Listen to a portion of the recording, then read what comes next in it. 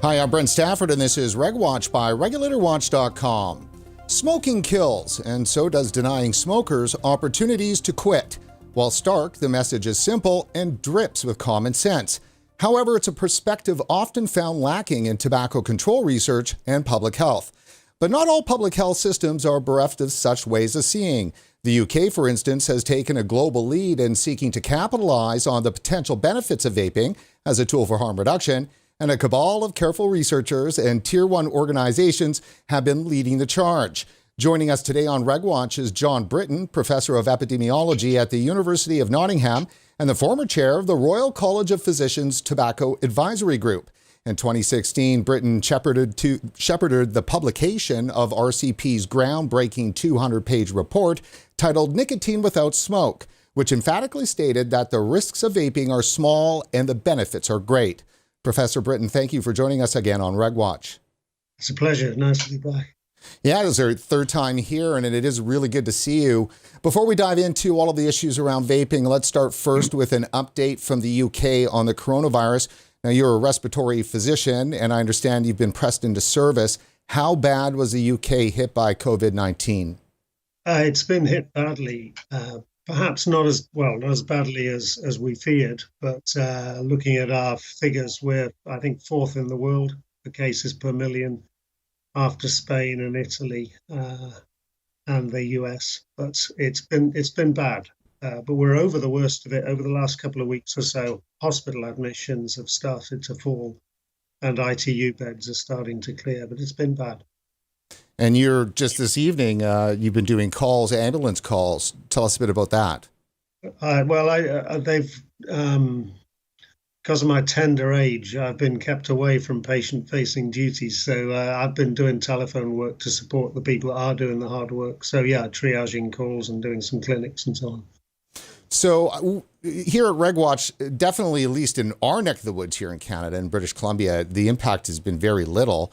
The concern that we've had is that the economic issues could outweigh the issues as a result of the disease. Our position is that it's overblown, but I understand that you might have a different perspective on that. I would say it's definitely not overblown in the UK or in the other countries around the world that have been hit so far. And I think those of us that have got away in time, the UK, I think, is one, along with Italy and Spain, obviously China, who managed to control the epidemic very early on. But for those of us that were a little more relaxed in our initial approach, if action hadn't been taken when it was, I think we would have an absolute public health disaster. So I don't think this is an epidemic to be underestimated. And if Canada has managed to avoid the worst of it, and your figures certainly look as if you've got half the rates that we have here, then well done, and long may that continue. Okay, well, that's good. And I mean, I'm hoping that we can talk about it a little bit more as we get going. But before we do that, let's dive into the vaping stuff, because that's obviously, for us, the big issue. And we're concerned a bit because, there has been some cross-fertilization, if you want to put it that in any other way, between COVID and vaping. But let's go back 4 years ago, almost to the day, actually. It was May 1st, 2016, when you were first on the show. You came on to talk about the Royal College of Physicians report, Nicotine Without Smoke. And I've got a clip of it, and we're just going to, let's just make sure that we can get it.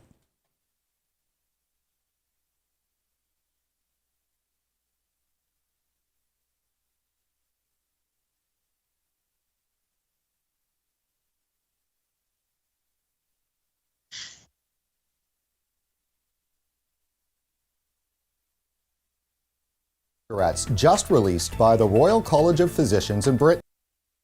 Comprehensive and definitive, two words which best describe a groundbreaking report on e-cigarettes just released by the Royal College of Physicians in Britain. In a paradigm shift for public health officials, the report prioritizes the needs of smokers trying to quit over the misconceived threats of vaping. The Globe and Mail calls the RCP report a ringing endorsement of e-cigarettes that delivers a stinging rebuke to public health officials who take an absolutist and moralist stand against vaping. That viewpoint is soundly rejected by the Royal College of Physicians, which represents over 32,000 doctors and is one of the most prestigious professional organizations in Western medicine.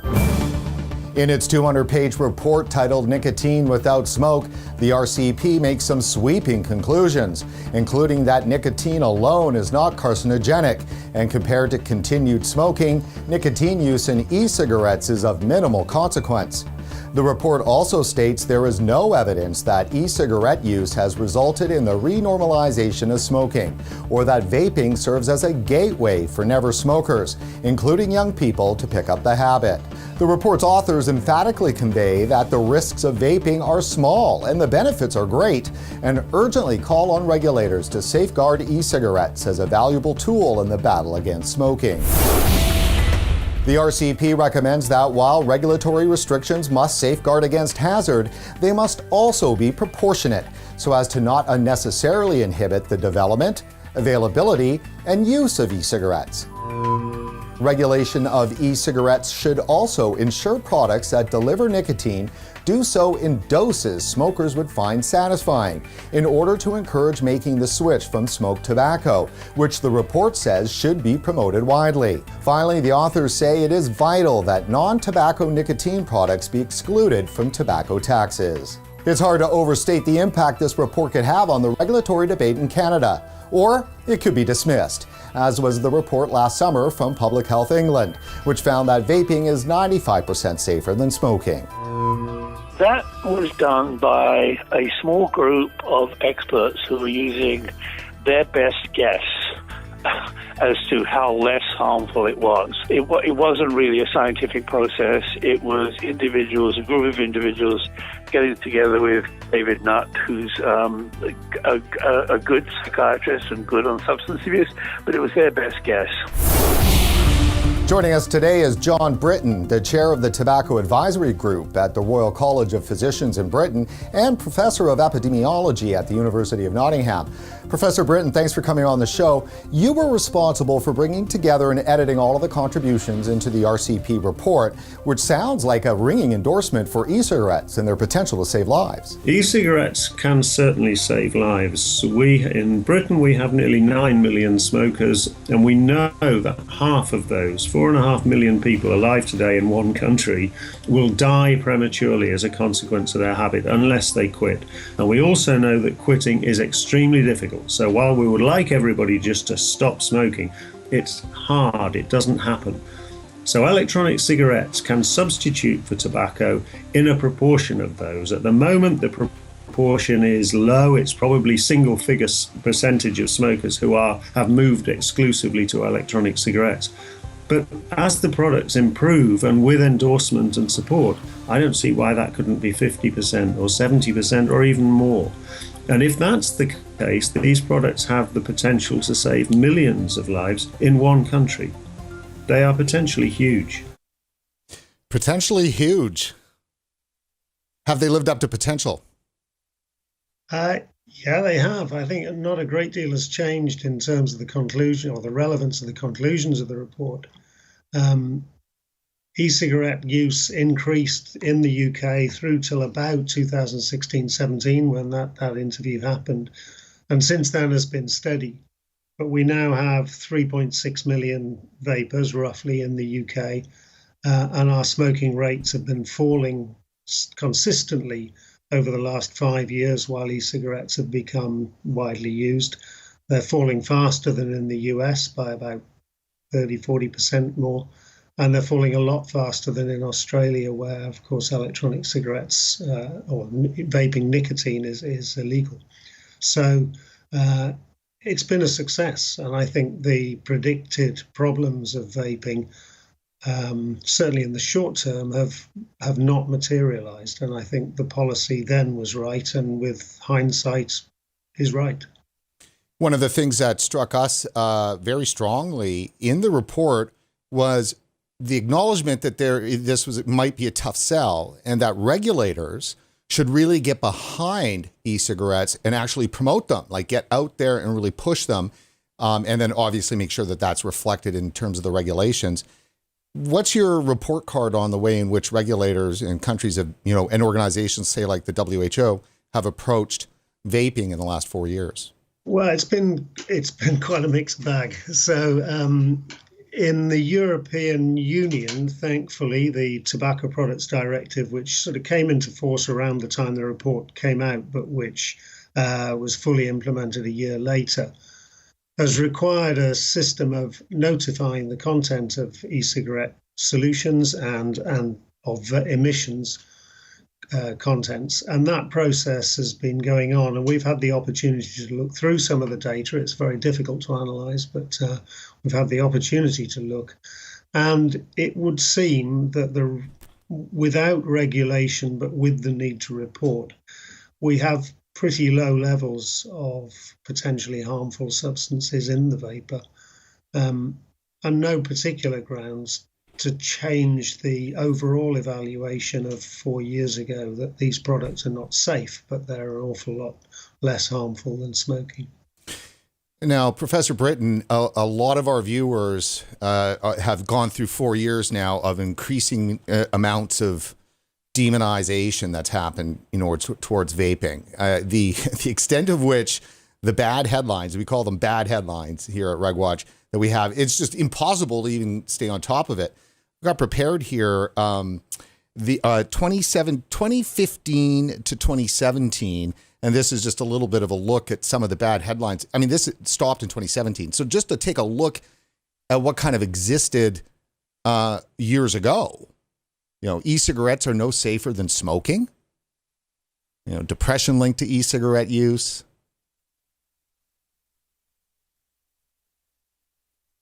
This one is just one puff of a flavored e-cigarette vapor contains dangerous levels of cancer-causing chemicals. Thank you for the New England Journal of Medicine. Vaping linked to a host of new health risks, always is. Vaping's toxic vapors come mainly from solvents. And vaping is as bad for your heart as smoking cigarettes, study says. That's a lot. And like I said, that's 2015 to 2017. What are your thoughts on that then? Those headlines have happened, I guess, everywhere. We've certainly had no less than our share in the United Kingdom. But newspaper journalists write stories that sell newspapers. And if somebody publishes a paper saying that e-cigarettes are as harmful as smoking for whatever reason and for whatever justified or unjustified grounds, that's a news story, and that's fair enough. And it's up to people like me to respond to them from the other side. But I think what we've seen in the UK over the last 6 months or so is quite a marked shift in this type of reporting. Towards the end of last year, I think partly as a result of the US epidemic, our journalists have started to realize that writing harmful stories about, or stories that highlight the harm of vaping, kills people, and have started to back off a little. Now that's actually amazing. I'm throwing up beside you here. Obviously, we have the CDC and the whole issue of EVALI that started at the end of August, and before that, we had 12 months of the vaping epidemic of teen vaping. And so what was the impact of this whole lung illness, the mysterious lung illness, do you think was on vaping, worldwide even? Well, worldwide, it was seen as an epidemic caused by vaping rather than an epidemic caused by vaping cut THC solutions. And so some agencies around the world have indeed jumped on that, in that it provides further evidence for those whose view is that e-cigarettes are a moral hazard of some sort, or a health hazard. These are grounds to say, there you are, we told you so. But if you look at the data, the epidemic happened in the United States. I think there was a little bit spilled over into Canada, but there was no sign of it in the UK or the rest of Western Europe. And our drug monitoring system, certainly in the UK, the Medicines Healthcare Products Regulatory Agency collects adverse effects of e-cigarette reports, and the frequency of those reports is extremely low. We've had a handful of serious lung complications of vaping in the UK, which suggests that vaping nicotine is fundamentally not very harmful at all. But sticking other things in the electronic cigarettes, you're at the mercy of whatever somebody felt able to put into the solution. And Professor Britton, you're an epidemiologist, and so obviously epidemiology is the science that's really on top of all of this. Maybe explain for our viewers, because we always are talking about the results from epidemiology, but not actually the process. And could you give, like, Senior Professor of Epidemiology, give us the 101 on what exactly is the science? What does it entail? And then maybe connect that to how it works for vaping. Well, it would be tricky to do a year's master's in a couple of sentences. So epidemiology is the study of the distribution, disease, and determinants. Distribution and determinants of diseases in populations. So you're looking at why some people, some populations get higher levels of disease than others. Initially, it's the study of epidemics, but latterly it's moved into studying all sorts of chronic diseases and so on. But it is, for the most part, an observational science. So you are using comparisons before and after or between countries, for example, to look for factors that distinguish a particular outcome in one place and yet is absent in the absence of the outcome in another. So with EVALI, it was a great example of that. The association with THC initially and then with vitamin E acetate is classic epidemiology. You have an outbreak of disease in one place at one time that doesn't affect the great majority of vapors around the rest of the world. There has to be something unique to the United States situation that's causing that, rather than vaping per se. So looking at it from, say, a distance like across the pond, and you're looking at what's happening, you should assume, actually, just by the way it was presenting, that it was something that was going to be specific and not really, endemic to vaping. It's something that was specific to vaping in North America, and, right. Because it happened over such a short period of time, and the link with THC use, which quickly became apparent. So with epidemiology, obviously, you're looking at population level statistics, and that's what's frustrating to a lot of vapors over the years, because they, trying to share their stories, personal stories about how vaping, has saved their lives, at least, got them off of smoking, and they feel much better. Their doctors report that they're doing great, and so on and so forth. But yet, those are just anecdotes to FDA and so forth, because, they're looking at population level data. So that is the case. Is there room for the personal stories and the anecdotes in epidemiology, or does it have to kind of say flatten the curve of the anecdotes so you can get some kind of a meaning? Anecdotal studies are studies based on a sample of one. And, right. You need samples of thousands to pick up strong the kinds of signals you're looking for. But so no, they have a role. You in epidemiology is the whole process of levels of evidence, which goes from simple clinical observation, which the anecdote is, through to at the very other end of the spectrum, randomized controlled trials. But within much of epidemiology, smoking, for example, you cannot randomize a cohort of children to be lifelong smokers or not to see what happens to them 50 years later. So you have to compromise on the quality of evidence. So let me ask you this. So the raw data into much epidemiology research, can come from surveys, right? That is a tool that is used quite a bit, is it not? Yeah, a lot of it comes from routines data that are collected for other reasons or collected as part of a much larger survey. So most wealthy countries have national health surveys of different shapes and forms. You can do an awful lot of work with routinely collected data in primary care and secondary care. Certainly in the UK health system, that's entirely feasible. You can access anonymized GP records, for example, and that will be an opportunity to look at some of the determinants of COVID, because those data will be there. And sometimes you do experiments, or you use natural experiments to see whether cause and effect are associated. Mm. So what I'd like to try to get at here, because for us, we feel, and I will put it to you as a question in some form, that there might be a crisis in epidemiology. We felt that in terms of tobacco harm reduction? Because there clearly seems to be, an entrenched kind of position inside public health where people just don't want to accept that vaping could save lives, or even simply could be a tool for harm reduction. And it's kind of like a real, vapors say this saves lives, and public health kind of goes, we don't care, or at least that seems to be the result. Now, I know that's not all of public health, because for years we've been talking with you and Linda Bald and, so many others that, have been fighting to have this other side of, tobacco control kind of understand that harm reduction is a thing. So could there be something within inside the science of epidemiology that is part of the problem? And I get at that because I see it as the self-reporting mechanism. So if you can't do proper kind of experimental research with teens, which I understand that, it would seem to me that then pretty much most of the data you'd be getting would be coming from teens' self-report about their tobacco use. And so can that be trusted? And is there inside, epidemiology, a metric or some kind of a standard deviation that you can apply to the fact that we know a certain number of teens always lie about, their tobacco use?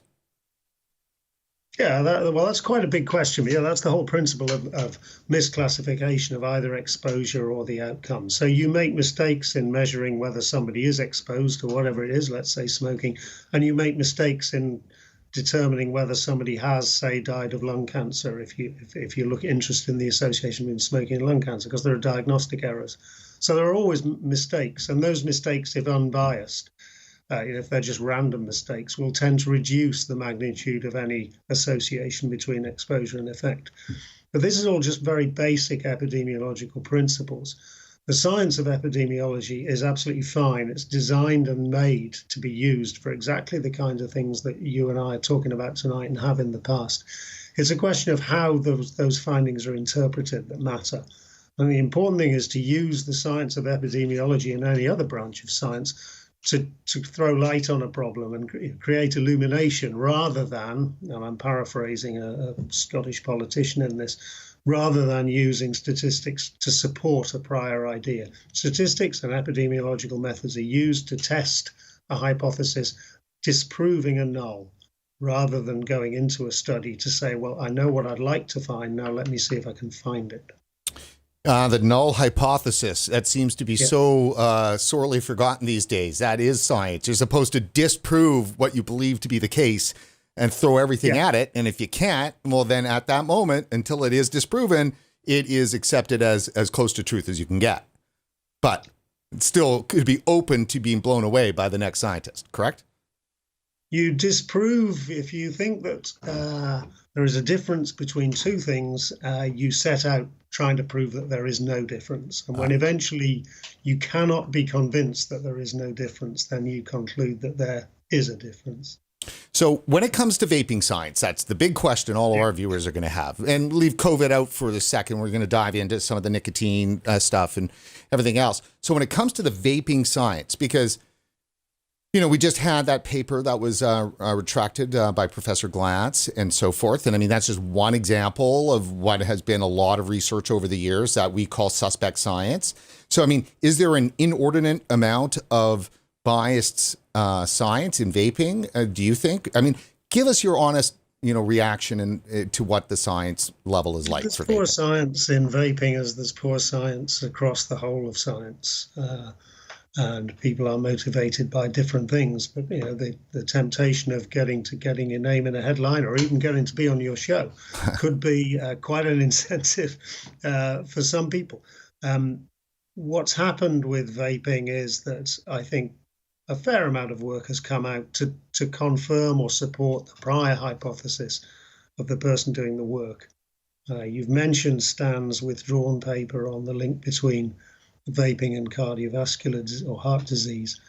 Stan Glantz and a colleague also published a paper on the link between vaping and chronic lung disease, the findings of which are just incoherent in relation to the lead times and natural history of the diseases involved. Now, those investigators must know that, as should the journals that are publishing it. But if a scientist decides to write the paper and the journal knows that there's going to be media publicity from it, then maybe it finds its way into print a little more easily than something that's a bit less challenging but more reliable. Right. And that does make some sense. So that's not reassuring, I think, for some of our viewers but, the one thing that I do like to point out to our viewers is that you can't pick and choose which science you're going to be skeptical of. Because, if you're seeing a whole bunch of science coming from one set of researchers that's just always just beating down on vaping, but then there's other science out there that, is encouraging, and they're not skeptical about that. Can you speak to that? It's a matter of interpretation. So if for many of the headlines that you showed earlier on come from studies where somebody takes vaping fluid or vaping emissions and exposes cells in some sort of tissue culture experiment to those chemicals, and understandably the human tissues involved curl up a bit at the edges and showed signs of insult or damage. And now that signifies the fact that there are potentially toxic things in the vapor, though not necessarily to the point that's actually cause any real harm in practice. But what matters is where that level of harm might lie in relation to the alternatives. The alternatives, of course, being not exposed. And in that case, it's always better not to be exposed to something that's potentially harmful. But the other alternative is tobacco smoke. And what needs to be done is a comparison of relative harm. And very often the kinds of studies that hit the headlines in terms of harm from vaping don't have that comparator in there. Or the study is not set up in a way to quantify the risk in an equivalent fair way. Let me ask you the straight up question. We actually asked this to Dr.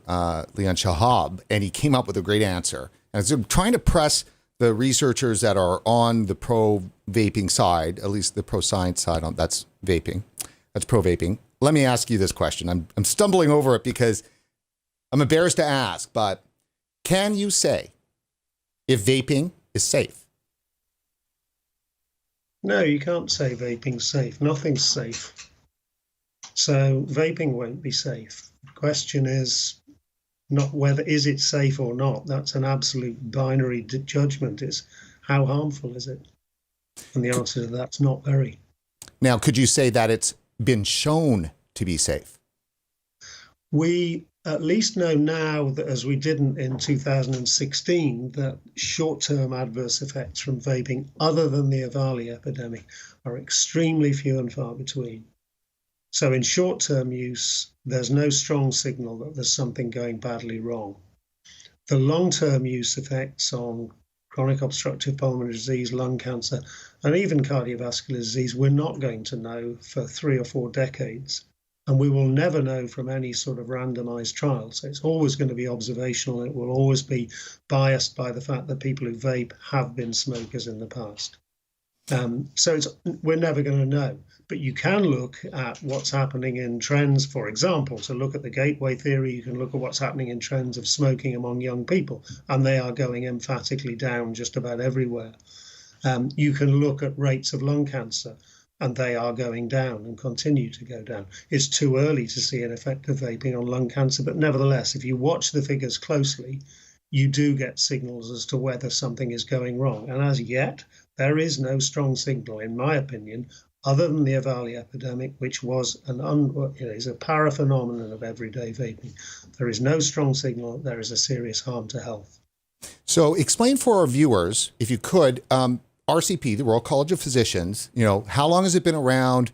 I always like, give us the oomph on it, and then connect that with Public Health England, because you guys do work together. I mean, just such a strong group of people and organizations in the UK that are behind, you guys are behind vaping. That's fair to say, correct? Yeah. The Royal College of Physicians is 500 or so years old. So it was originally a professional organization for doctors back in the 500 years ago, when my former colleagues in medicine were unhappy about the quality of some of the people practicing medicine. So probably trying to stamp out a little bit of competition. But the organization exists to set and maintain standards. So it's the it's the higher end standard. We have the General Medical Council, which decides whether you're fit to practice. So that's the sort of lower end cutoff. And the Royal College of Physicians sets the upper end standards.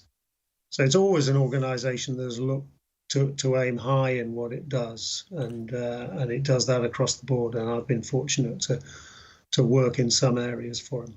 And the RCP, correct me if I'm wrong, came out with pretty much the first report that, heralded the issues with smoking. Yeah, the RCP saw the original reports linking smoking to lung cancer, which were all published in the early 50s, and couldn't understand why the then government did nothing about it. And so the first report on smoking and health came out in 1962, and it's the first time that a report like that had been aimed at the general population and to policymakers and politicians, rather than by doctors for doctors, which is the normal role of or activity of a professional organisation like the Royal College.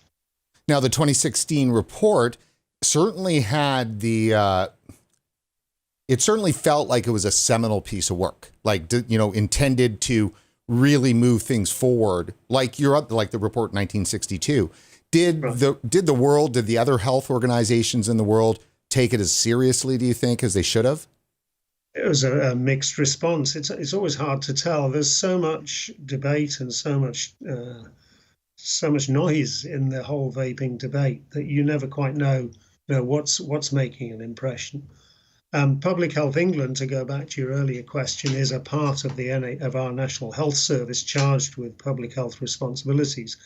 And we do work closely with them. And certainly Public Health England have used our work a great deal, as we have theirs. But they are two separate functions within UK medicine. As for organisations elsewhere in the UK, almost all medical organisations have now come round. To my knowledge, that might be an overstatement, but the major players have all come in to support the principle of vaping with varying degrees of caveat. Around the world, things are very different, as you'll know. The World Health Organization remains very skeptical. Do you know why that is? Do you know why?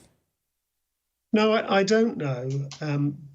But I do get the impression that what happened with vaping was that a lot of people in the early stages were very frightened by it, very frightened to be endorsing something that could turn out to be horrendous negative effect on public health. And nobody wants to be the person that says, that's a really good idea, let's do it. So I think it went up against the grain of the sort of cautious first do no harm principle that many in public health and elsewhere in medicine and health policy work to. But having taken a position, it's then increasingly difficult as time passes to change it. And so some organisations, the British Medical Association in the UK, for example, which is a doctors' trade union, were pretty opposed to vaping in their official policy in the early years. They've now come round to support, for example. And it takes an awful lot of courage to say, OK, well, maybe we read the rooms wrongly 2-3 years ago, but now this is what we think is right. And others haven't been able to make that move. And of course, others may actually be proven to be right. I'm saying that things are looking okay, but things may change.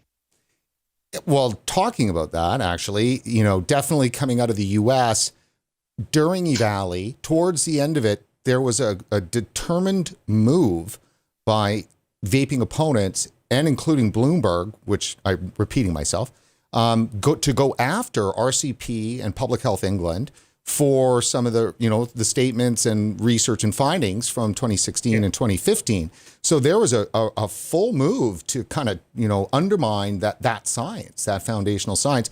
And then as COVID came into play, we saw that again too as well. Like, how could you still support vaping is kind of the hair on fire attitude. What do you make of that attack on the reputation of PHE and RCP? The RCP, to my knowledge, maybe I'm just a little bit thick-skinned. I haven't been aware of a great deal of criticism of the RCP position. I think PHE has had a great deal of criticism.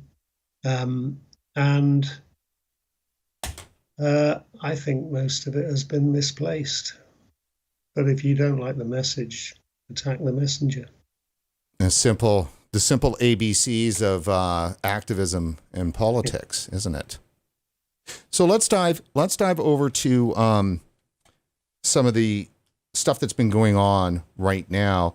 And there's an article that came out, and I've just got this curated here to a show's page, but I just want to throw one or two stories at you just to get some quick reaction. Smokers seem less likely than non-smokers to fall ill with COVID-19.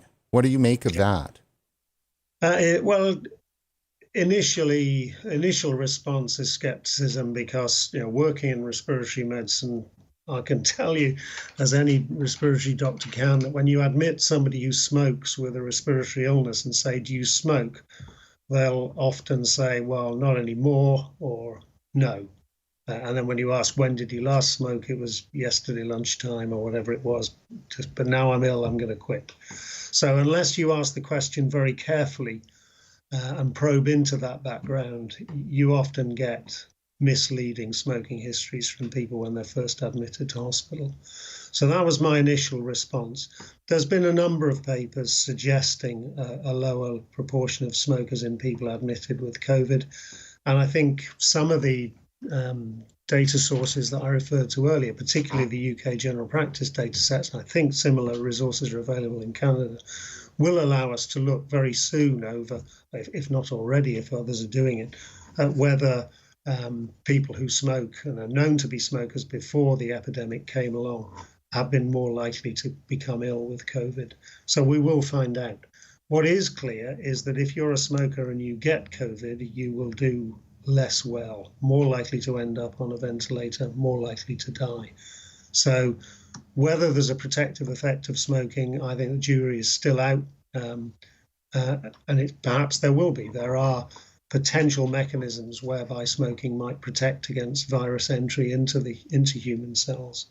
Yeah, and I think the description of that, our producer, Mr. Producer, put together something for us and said the idea behind the French research is that COVID-19 is understood to attach itself to the walls of cell receptors known as ACE2 receptors in the upper airways. The virus then acts like a key to unlock the cell, allowing the virus to enter into the cell and use its infrastructure to multiply, to do its dastardly virus business.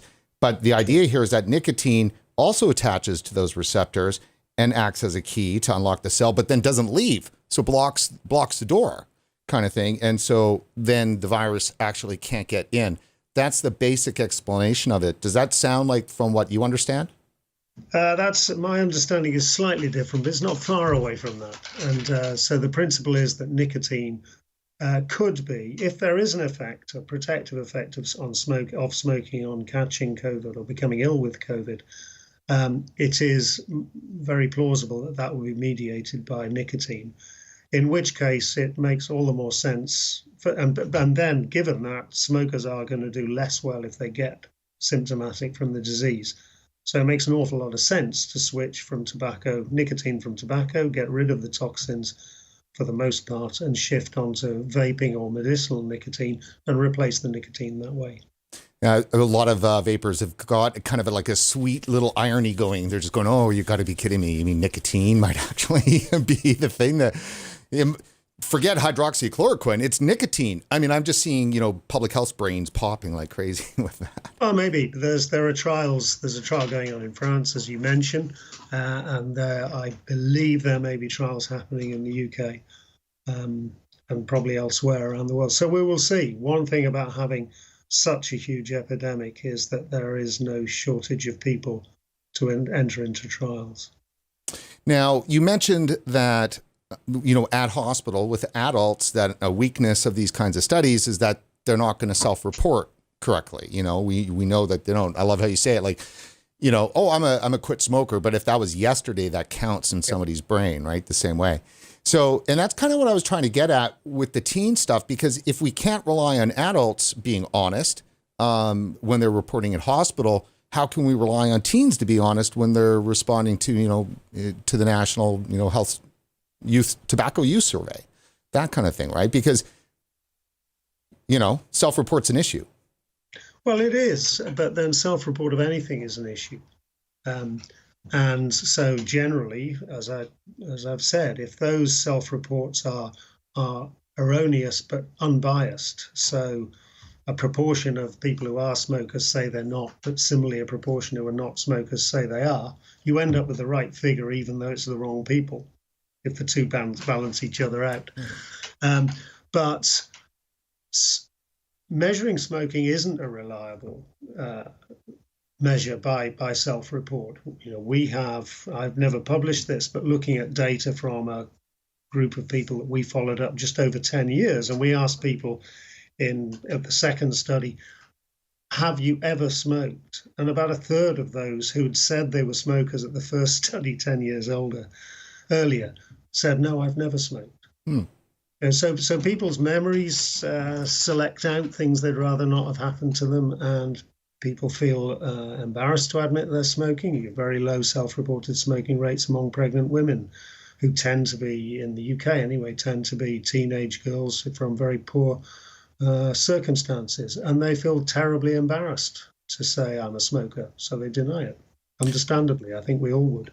Oh, I can definitely understand that. Let's just one more on the self-reporting and the surveying.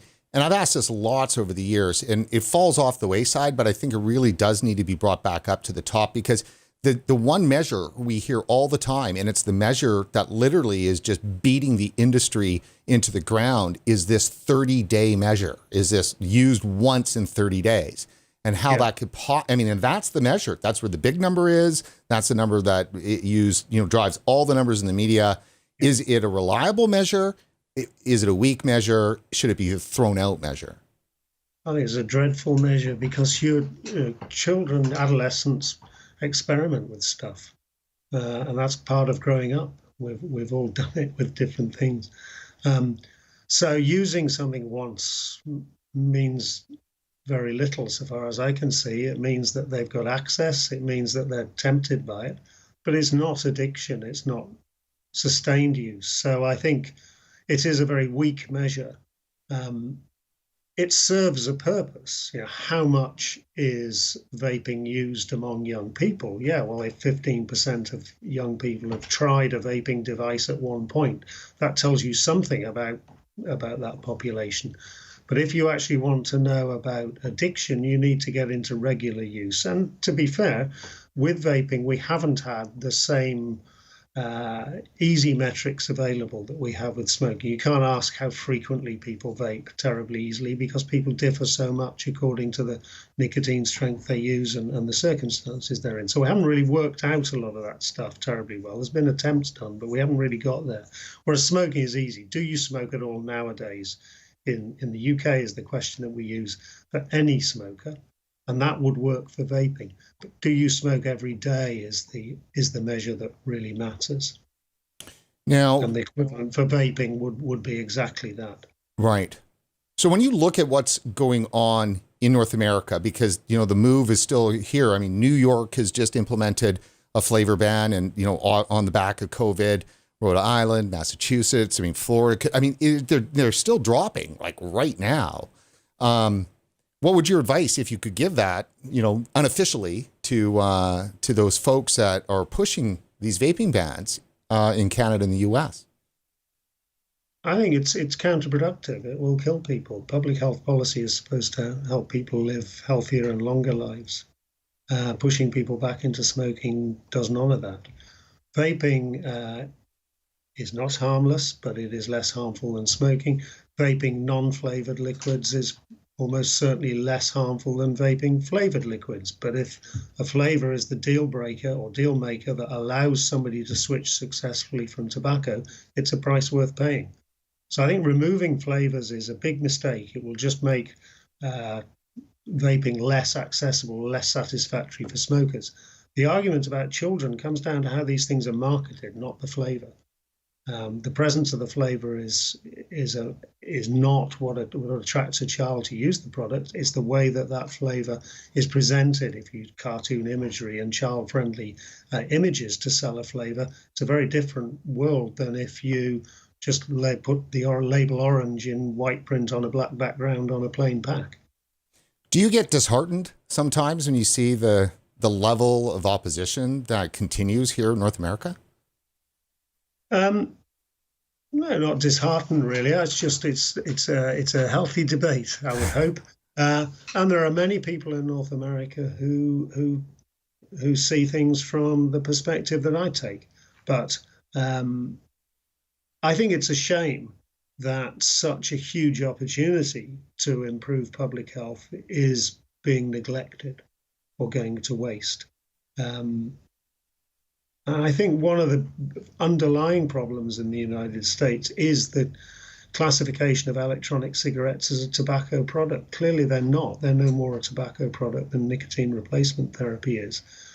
But right from the outset, that sort of groups together two things which are very different harm profiles, but which have the same name. And that's where things start to go wrong. Okay, I'm gonna take a detour here. And mindful of our time, and thank you so much for your time too, Professor Britton. I know we had the tech stuff here that kept us from starting on time.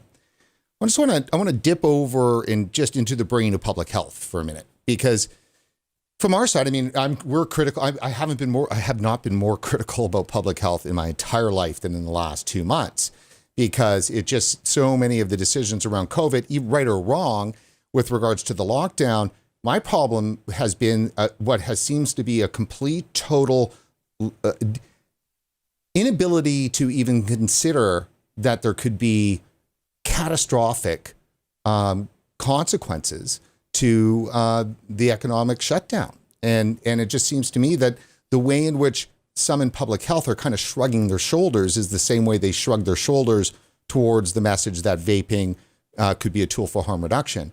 And what strikes me so much about this is that I feel that public health has like lobotomized themselves, because there's a whole chunk of public health that we know that is so deeply concerned with the economic impact on health. So if you look at the CDC, for instance, they've got their social determinants of health is a very huge part of their program. They've got their healthy peoples.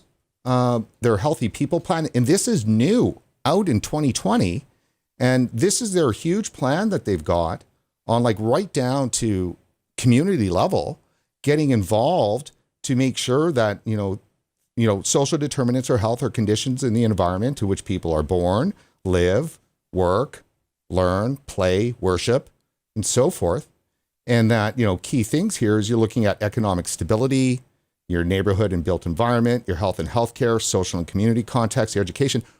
All of these things have been smashed to some degree as a result of COVID.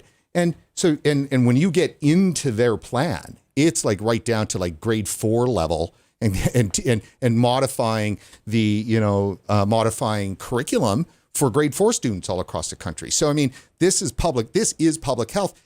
And this chunk of their brain seems to have just been pushed away. COVID's a big deal. And it's killing a lot of older people. And you could take an ageist line and say, well, that doesn't matter, they're not economically active. But that's a little bit tricky, I think, as a political and moral sell. But it's not just older people, it's people across the whole age spectrum who are getting, in the UK anyway, developing serious illness, much worse than the standard respiratory infections that are treated on ITU in normal times. Now, I think if you have an epidemic that is doing that and is doing it to thousands of people every day, you're going to see a huge economic hit anyway, because people are just not going to want to go out of their house. So I think there's a counterfactual to it.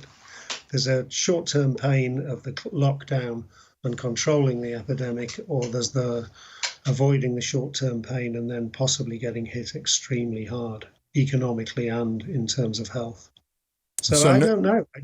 We are both in a position as we were with the vaping argument 10 years ago. We don't know what the right approach is.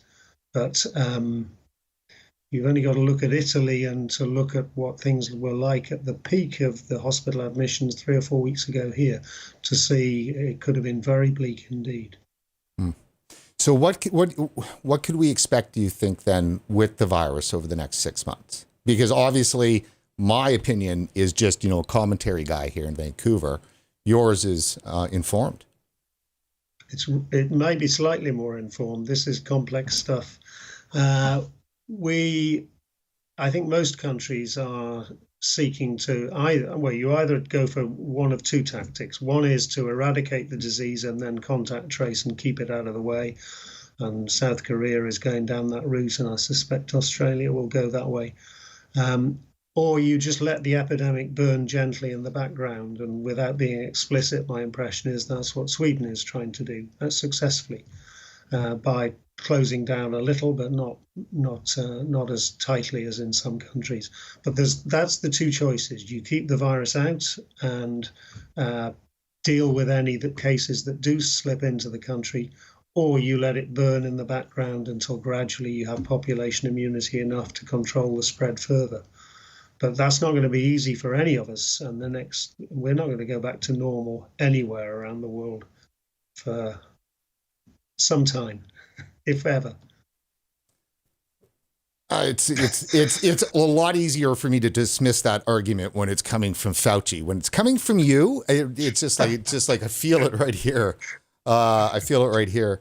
Professor Britton, let me throw a couple of rapid fires at you as we're generating our sound bites. If you recall, when we usually do our taping episodes, we do spend some time to get those. Let me ask you this.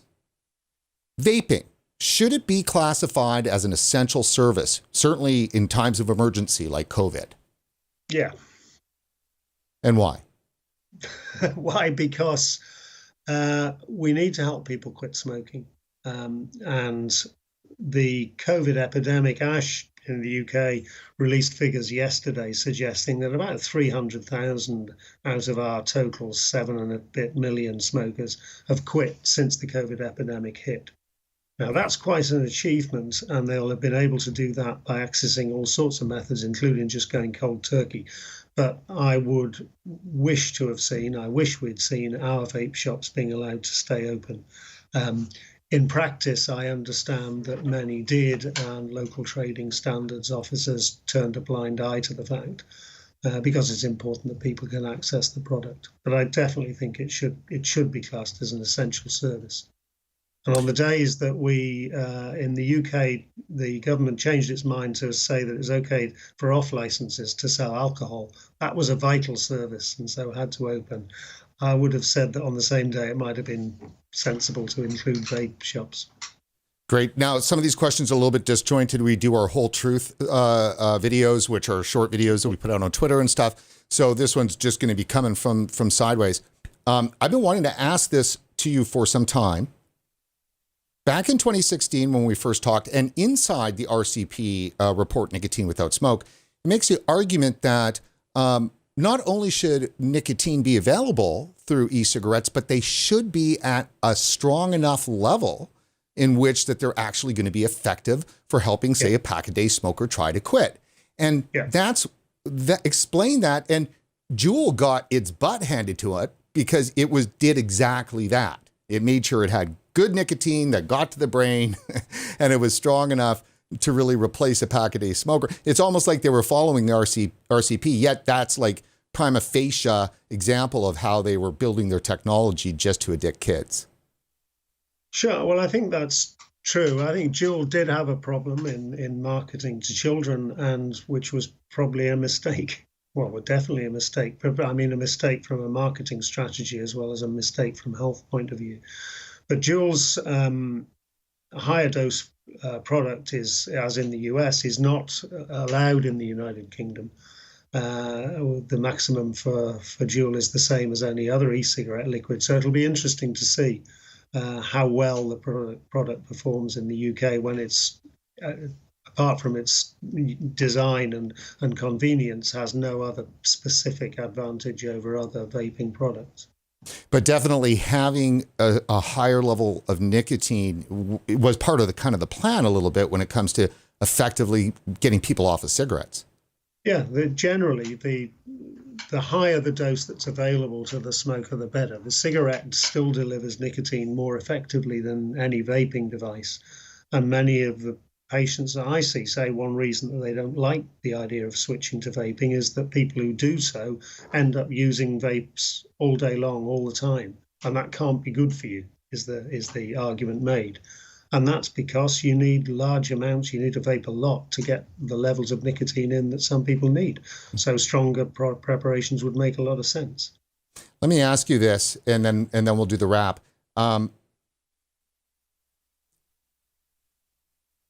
The effort by advocates in North America to defend the use of vaping, is really centered on the harm reduction argument.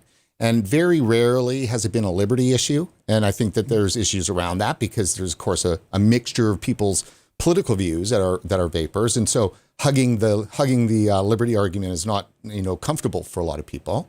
But that said, let me just move it over to nicotine on its own. I believe that nicotine, maybe 5 years ago, if it was argued that we should have access to it as a recreational drug, is there any reason why from science that would be an argument that would not fly? Or is that an argument that you can make?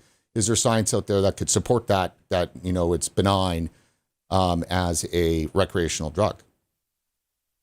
Well, the whole spectrum of drugs that people use there is a huge spectrum in the harms that come with them, and that bears little relation to what's legal and what isn't. So politically, I can't see a great deal of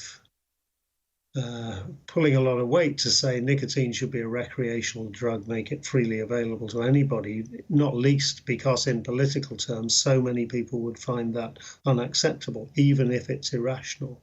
Well, clearly it is, because cigarettes are available to anybody of age. Yeah, so, I mean, it's already available. And coffee is available to everybody. But it's the concept that nicotine is a consumer product and that it's really important to offer consumers of nicotine safer ways to consume it is obvious. And that's something which the RCP report argued, if not as explicitly as that, it's certainly in there. And that smokers have a right, there's a moral right and a moral entitlement to access safer products. So for a regulator to stop people accessing safer products while encouraging or sustaining or condoning continued use of more harmful products is irrational and wrong. Well, I like irrational and wrong as an answer any day of the week. So, Professor Britton, let's just wrap this up here. Can you pull out your crystal ball and talk to us about vaping over the next year? Do you see that it's going to get better or worse? Things are going to settle down.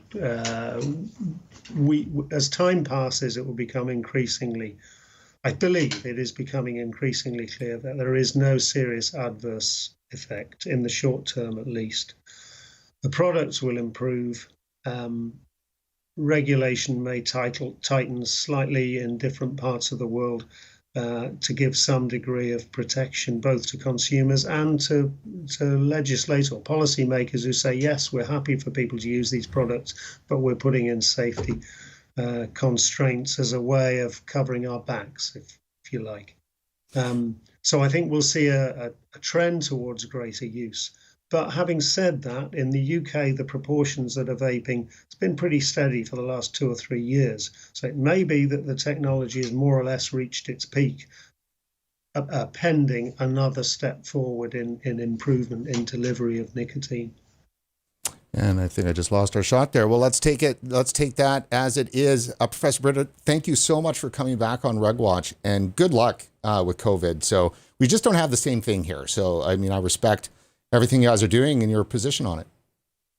Many thanks. Thanks for the invitation to come back. Great. And just stay right there for 1 second. Thank you. And that is it for this edition of RegWatch. Before you head off, please head over to support.regulatorwatch.com. That's support.regulatorwatch.com, and consider making a financial contribution to our vaping coverage. It's easy. Just dig into your wallet and find a few dollars and toss them our way. And while online, don't forget to like us on Facebook and to follow us on Twitter. For regulatorwatch.com, I'm Brent Stafford.